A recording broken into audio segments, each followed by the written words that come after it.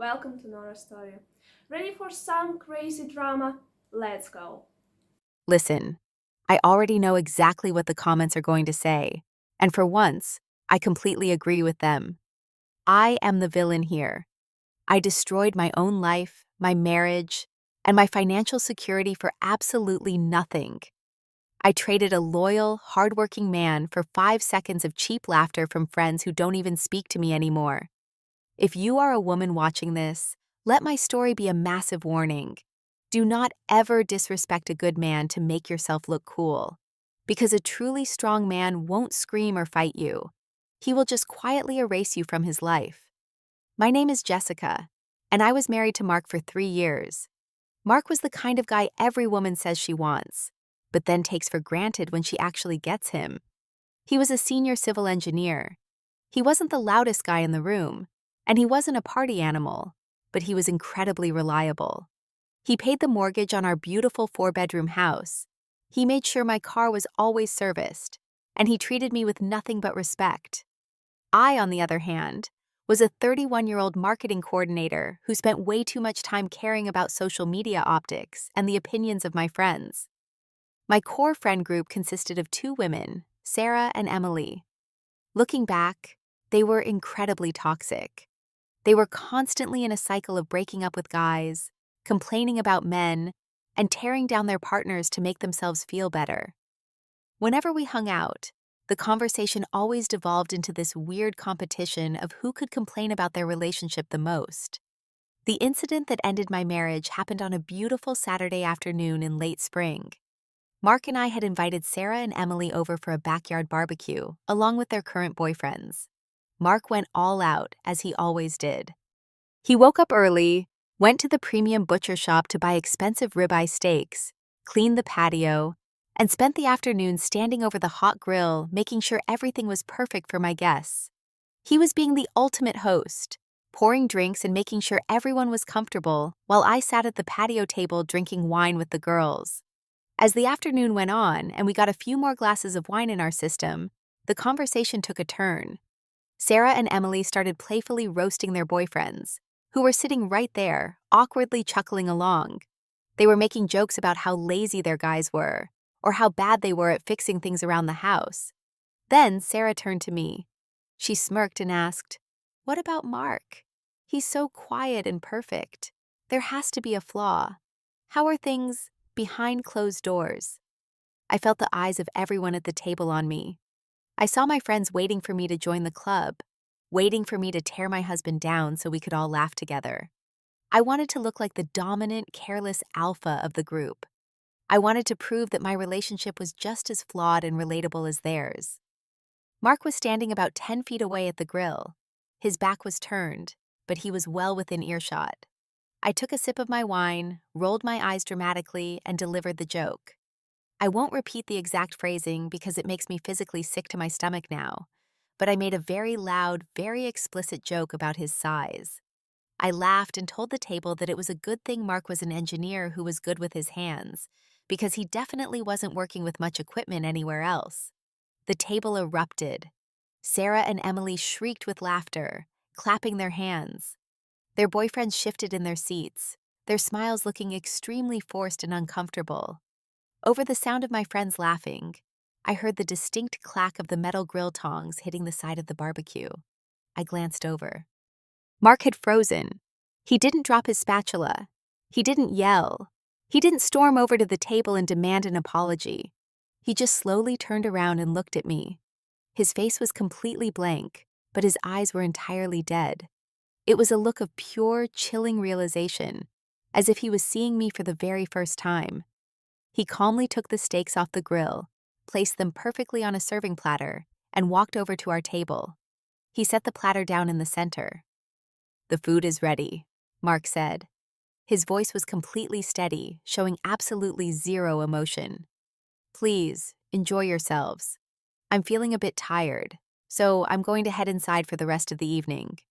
He didn't wait for a response. He didn't look at me again. He just turned around and walked through the sliding glass doors into the house. The boyfriends at the table looked horrified, staring at their plates. But I was so wrapped up in my own ego that I completely misread the situation. I actually smiled, leaned over to my friends and whispered, "Oh, please. He's just being dramatic. Men are so sensitive. He'll be over it by tomorrow." I sat there, eating the expensive steak my husband had cooked for me, basking in the illusion that I was in complete control of my marriage. I thought I had just won a stupid power play. I had absolutely no idea that in the few seconds it took Mark to walk from the grill to the house, he had completely detached himself from me emotionally. I didn't know that my comfortable, secure life had just officially been given a 48-hour expiration date. When I woke up on Sunday morning, my head was throbbing from the wine, but my ego was still completely intact. I rolled over in our expensive king-size bed, expecting to find Mark lying there, ready to start a long, exhausting argument about respect and boundaries. I was already mentally preparing my defense. I was going to tell him he was overreacting, gaslight him a little bit about lacking a sense of humor, and eventually offer a half-hearted apology just to smooth things over. But the bed was empty. His side was already made. I threw on a robe and walked downstairs. The house was quiet, but I could smell fresh coffee. I found Mark out in the driveway. He was already dressed in his gym clothes, methodically washing and waxing his truck. He didn't look angry. He wasn't slamming the car doors or aggressively scrubbing the paint. He was just working with a calm, focused rhythm. I walked out, leaning against the doorframe, trying to project total confidence. "Morning," I called out. Mark turned around. He looked at me for a second, his expression completely unreadable. "Good morning, Jessica. There's fresh coffee in the kitchen if you want some." He didn't call me babe. He didn't call me honey. He spoke to me with the exact same polite, clinical tone you would use to greet a stranger in a waiting room. Then, he turned back to his truck and continued washing it, completely ignoring my presence. I felt a tiny prick of unease, but my arrogance quickly crushed it. I went back inside, poured myself a cup of coffee, and immediately grabbed my phone to text the group chat with Sarah and Emily. "Jessica, well, the silent treatment has officially begun. He's outside washing his truck and acting like a robot." Sarah, "LMAO, typical. He's just pouting because his ego got bruised. Don't cave. If you apologize now, he's going to think he controls what you can and can't say around your friends." Emily, "Exactly. Just ignore him. Let him process his feelings. He'll be back to normal by tomorrow trying to buy you flowers." I liked their messages and spent the rest of the morning lounging on the sofa, watching reality TV, completely convinced that I was winning this silent war. What I didn't understand, what so many toxic people fail to understand, is that when a genuinely good, patient man goes completely silent, he isn't pouting. He isn't throwing a tantrum. He is processing grief. And once that grief turns into acceptance, the silence becomes dangerous. Mark, being a structural engineer, looked at our marriage the same way he looked at a compromised foundation on a building site. He saw a massive, unfixable crack. He realized that a woman who could publicly emasculate him for the amusement of her single friends did not respect him. And to a man like Mark, a relationship without respect is a structure that is already dead. There is nothing left to fix. There is only the demolition. By Sunday afternoon, Mark came inside, took a shower, and told me he had some paperwork to catch up on. He went into his home office and gently closed the door. He didn't slam it. He just clicked it shut. I assumed he was playing video games or browsing the internet to avoid me. I actually felt smug about it. I ordered takeout just for myself, didn't bother asking if he wanted any, and spent the evening scrolling through social media. But Mark wasn't playing games.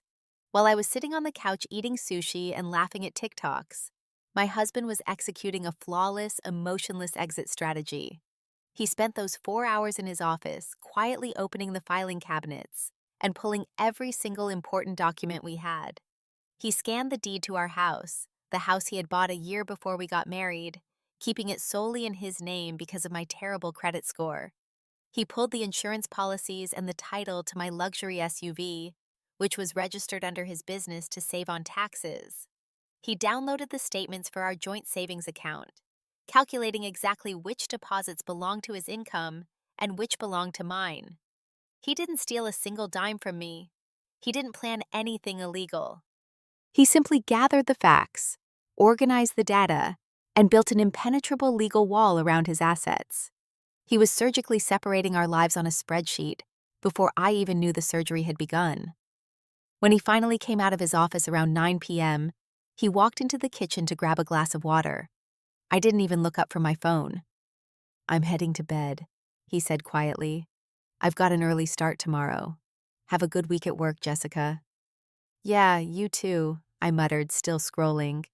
I didn't notice that he said week instead of day. I didn't realize that when he walked upstairs, he went into the guest bedroom, not our master suite. I went to sleep that Sunday night feeling victorious, completely oblivious to the fact that the man I had relied on for everything had just permanently clocked out of our marriage. The bomb was already armed, and I was about to walk right into the blast zone on Monday morning. Monday morning arrived, and I went to work feeling like I had won a war I didn't even know I was fighting. Mark had left the house before my alarm even went off. I saw his work boots were gone from the mudroom, so I assumed he had gone straight to a construction site to bury his feelings in concrete and blueprints. I spent my lunch break sitting in the sun, texting Sarah and Emily in our group chat. I bragged about how I was training him, boasting that my absolute refusal to apologize was establishing a new power dynamic in the house. I was so incredibly smug. I didn't know that Mark wasn't at a construction site. He had taken Monday and Tuesday off work. And while I was sending laughing emojis and drinking iced lattes, my husband was methodically dismantling my entire safety net. Mark didn't waste energy being angry. He was an engineer. He looked at our broken marriage like a condemned building. It needed to be demolished safely, quietly, and with zero collateral damage to his own assets. His first stop on Monday morning was the office of one of the most ruthless family law attorneys in the city. He paid the retainer in full. His second stop was the bank. Since our primary savings account was joint, he legally had access to it. He didn't drain it out of spite. He calculated exactly what percentage of that money came from his paycheck, transferred his 50% into a brand new private account, and left my half untouched. Then, he made the phone calls. Over the 3 years we were married, Mark had added me as an authorized user on all of his premium credit cards. I used them for groceries, gas, clothes, and expensive dinners, and he just quietly paid the bill at the end of every month. In a 10-minute phone call, he had my name permanently wiped from every single account. My plastic cards instantly became useless pieces of plastic. The smartest thing he did, however, happened on Tuesday. Mark knew me. He knew that when the hammer finally dropped, my first instinct would be to run crying to my parents, spin a massive web of lies, and paint him as an abusive, controlling monster who abandoned me out of nowhere. To prevent that, Mark sent a very brief, very polite email to my father. It simply said, "John, out of respect for you, I want you to hear this directly from me. I have filed for divorce. This past weekend, Jessica publicly humiliated me and emasculated me in front of guests in my own home. I refuse to stay in a marriage devoid of respect. The legal paperwork will arrive shortly. I wish your family the best." He cut off my ability to play the victim before I even knew I was bleeding. The climax of my sheer, terrifying ignorance happened on Wednesday evening. After work, I met Sarah and Emily at a high-end seafood restaurant downtown. We were celebrating Emily getting a minor promotion at work. We ordered towers of oysters, expensive cocktails, and expensive entrees. I was playing the role of the generous, wealthy wife, laughing loudly and enjoying the upscale atmosphere. When the bill came, it was well over $300. Wanting to look like the big shot of the group, I confidently pulled Mark's heavy metal platinum card out of my designer purse and dropped it on the leather booklet. "I've got this one, girls," I smiled. The waiter took the book and walked away. 5 minutes later, he returned. He didn't hand the book back to me. He stood awkwardly at the edge of the table, leaning in close so the other tables wouldn't hear. "I'm so sorry, ma'am," the waiter whispered, his face tight with secondhand embarrassment. "The system is declining this card. It says the account has been closed." Sarah and Emily stopped talking. They stared at me. I felt the blood rush to my cheeks. my face burning with a sudden, intense heat. "That's impossible," I snapped, trying to hide the immediate spike of panic in my chest. "Run it again. Or here, try this one." I handed him a secondary credit card. He came back 2 minutes later, shaking his head. "Declined as well, ma'am." My hands started to shake. Underneath the table, I scrambled to open the banking app on my phone. I logged in, and my stomach completely dropped out of my body. The joint savings account, which usually had a massive cushion in it, was sitting at exactly half its normal balance. The credit card accounts that usually populated on my dashboard were completely gone. The only thing left was my personal checking account, which barely had enough money to cover my own portion of the dinner, let alone the whole bill. The humiliation was agonizing. I had to look at my 2 toxic friends, the same women I had impressed by insulting my husband, and ask them to split the check because my card wasn't working. The alpha wife illusion shattered right there over half-eaten oysters. The drive home was a blur of adrenaline, rage, and a terrifying, creeping sense of dread. I gripped the steering wheel so hard my knuckles turned white. I was ready to burst through the front door and scream at him. I was going to demand to know why he was playing financial games over a stupid joke. I pulled into the driveway. The house was completely dark. I unlocked the front door and threw it open. "Mark!" I yelled, my voice echoing in the hallway. "Mark, get down here right now!" There was no answer. The house was dead silent. I stormed into the kitchen, flipping on the harsh overhead lights. The kitchen was spotless, and sitting right in the exact center of the granite island, illuminated under the pendant lights, was a thick manila folder. Sitting perfectly on top of the folder was Mark's shiny silver wedding band. I stared at the thick manila folder sitting on the granite island. The shiny silver of Mark's wedding band caught the light from the pendant fixtures above. My breath hitched in my throat. The house was so quiet that I could hear the faint hum of the refrigerator. I reached out with trembling fingers, pushed the ring aside, and opened the cover. Inside was a heavy stack of legal documents with my name printed across the top. The very first page was a formal petition for dissolution of marriage. My eyes darted across the pages, struggling to process the dense legal jargon, but the message was crystal clear. Appended to the divorce papers was a letter from his attorney. It broke down our financial reality with a cold, brutal precision that only an engineer like Mark could have orchestrated. The letter outlined that Mark had taken exactly 50% of our joint savings, the exact portion he had deposited over the last 3 years, and placed it in a secure private account. It stated that because the house was purchased by Mark prior to our marriage and solely in his name, it was considered a premarital asset. I was being given a formal 30-day notice to vacate the premises. But the most devastating blow was the second paragraph. It politely informed me that the lease on my luxury SUV, which was paid for by Mark's engineering firm as a company vehicle, was being terminated. I had 72 hours to return the keys to the dealership, or it would be voluntarily repossessed. I dropped the papers. I couldn't breathe. I ran up the stairs, taking them 2 at a time, and burst into our master bedroom. I threw open the doors to his walk-in closet. Half of it was completely empty. His suits, his work boots, his casual clothes, his travel bags, they were all gone. The man hadn't just packed a weekend bag. Over the last 48 hours, while I was sitting on the couch scrolling through TikTok and laughing about how I was winning the argument, he had meticulously moved out of his own house to avoid ever having to look at me again. Panic completely consumed me. I grabbed my phone and dialed his number. It rang 3 times before going to voicemail. I called again and again. On the 5th try, he finally answered. "Mark, please," I sobbed, the tears streaming down my face. "Where are you? What is this? You can't just leave. It was a stupid joke. I'm sorry, okay? I am so, so sorry." There was a brief pause on the line. I prayed I would hear his voice crack. I prayed he would sound angry or sad, or anything that proved he still cared. "Jessica," he said. His voice was completely flat, devoid of any warmth or history. "Do not call this number again. All communication regarding the separation, the house, and the vehicle will go through my attorney. Do not contact me at my office. Goodbye." The line went dead.